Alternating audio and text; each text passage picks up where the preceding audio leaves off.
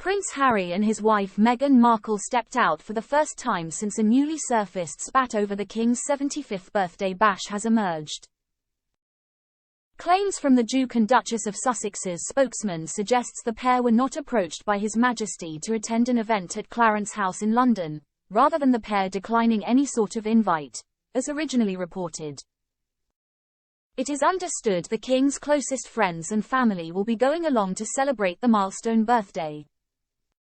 The ongoing feud between the Sussexes and the royal family has been thrust into the spotlight once more, and just hours after the dispute regarding the invite was unveiled, Harry and Meghan were pictured by CBS at the United States Navy SEALs in San Diego, California, to open a new training facility. But it was here, when the pair were on stage, that it's claimed the awkward gesture was made by Meghan towards her husband, who is said to have looked somewhat preoccupied. She is said to have lightly ushered a glum-looking Harry forward before the Foundation's CEO Robin King cut the ribbon, the Mirror reports. This is a live blog. See our updates below for the latest royal news. 30 minutes ago, 6:51 Callie Brooks, King Charles' right-hand man on £210,000 a year. That you've probably never heard of. King Charles' private secretary effectively serves as his right-hand man, and H is handsomely paid for it.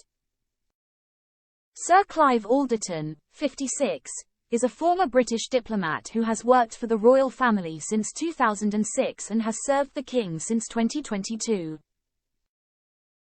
According to the Sovereign Grant Report, he earns between £205,000 and £210,000 per year, which is more than double the salary of Queen Camilla's top female aide, Sophie Densham.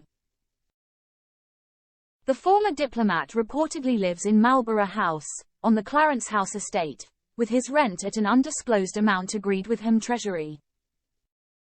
He joined the Foreign Office in 1986 and subsequently served in various diplomatic posts in Poland, Belgium, Singapore and France.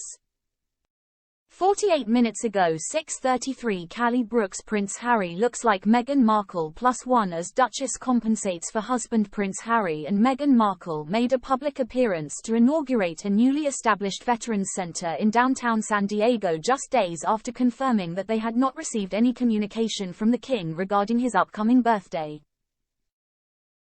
The Duchess of Sussex exuded elegance in her stylish, tailored black suit, wearing a continuous smile as she joined dignitaries for the ribbon-cutting ceremony. In contrast, the Duke presented a noticeably more reserved demeanor, at times appearing as though he were frowning while attentively listening to official speeches. As the couple received expressions of gratitude for their support, Prince Harry responded with a brief thank you, while Meghan's radiant smile lit up the occasion. This event at the Veterans Center marked their first official engagement since their trip to New York last month to commemorate World Mental Health Day. But body language expert Judy James said Harry was ducking the spotlight. 51 minutes ago, 6:30 Callie Brooks. Prince Harry releases emotional letter ahead of Remembrance Day. Prince Harry has penned an emotional letter to the young members of Scotty's Little Soldiers to offer support at what can be a proud but emotional time for bereaved military children and young people. Scotty's Little Soldiers are the charity for bereaved military children who have experienced the death of a parent serving in the British Armed Forces. The Duke, who has been involved with the charity since 2017, was recently asked to be its first ever global ambassador.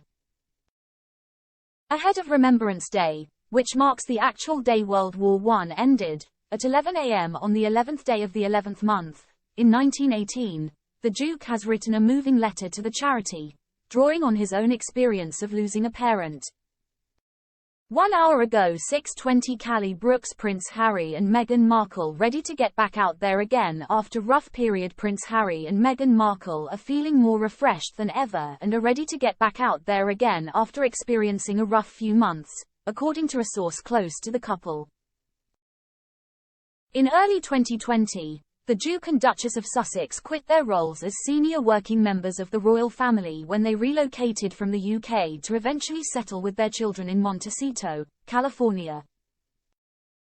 However, The couple have been hit by backlash after making several bombshell claims against the royal institution, first in their Netflix documentary series from December 2022, with Harry then making further claims in his tell-all memoir, Spare. Earlier this year, they suffered a further blow when Spotify and the Sussexes mutually agreed to part ways, with Spotify exec Bill Simmons publicly slamming the couple by calling them grifters during an episode of his own podcast. 1 hour ago 6:19 Callie Brooks. Prince Harry and Meghan Markle's dream of making it big in Hollywood alive and well. Prince Harry and Meghan Markle's dream of making it big in Hollywood is still alive and well, an insider has claimed, as the couple look to surge ahead with their respective careers. The Duke and Duchess of Sussex have encountered a rollercoaster year, having been on the end of a furious backlash after making several bombshell claims against the royal family. Earlier this year, Spotify and the Sussexes mutually agreed to part ways, putting an end to Meghan's own Archetypes podcast after just 12 episodes. Spotify exec Bill Simmons publicly piled on the humiliation further by branding the couple grifters during an episode of his own podcast. But Harry and Meghan still have their bumper multi-year deal with Netflix worth a rumored $100 million. Their company, Archwell Productions, has also reportedly bought the film rights to the best-selling novel Meet Me at the Lake, which could be adapted for the streaming giant. Despite experiencing a rough few months, a source close to the couple has claimed they are excited and still have plenty of new projects in the pipeline.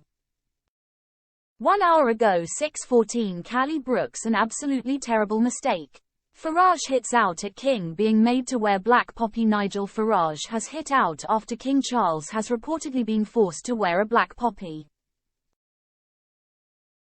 Farage, however, said making the king wear a black poppy rose was intensely political as it represents contributions made against British soldiers and a demand for reparations.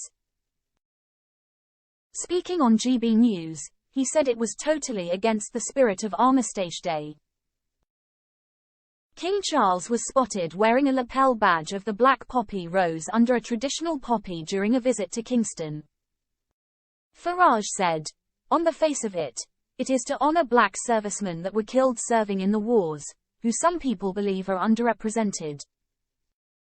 But it also represents black people who fought against the British in a variety of wars, and it also represents a demand for reparations." Become an Express Premium member. Support fearless journalism. Read the Daily Express online. Advert free. Get super fast page loading. Start 30-day free trial.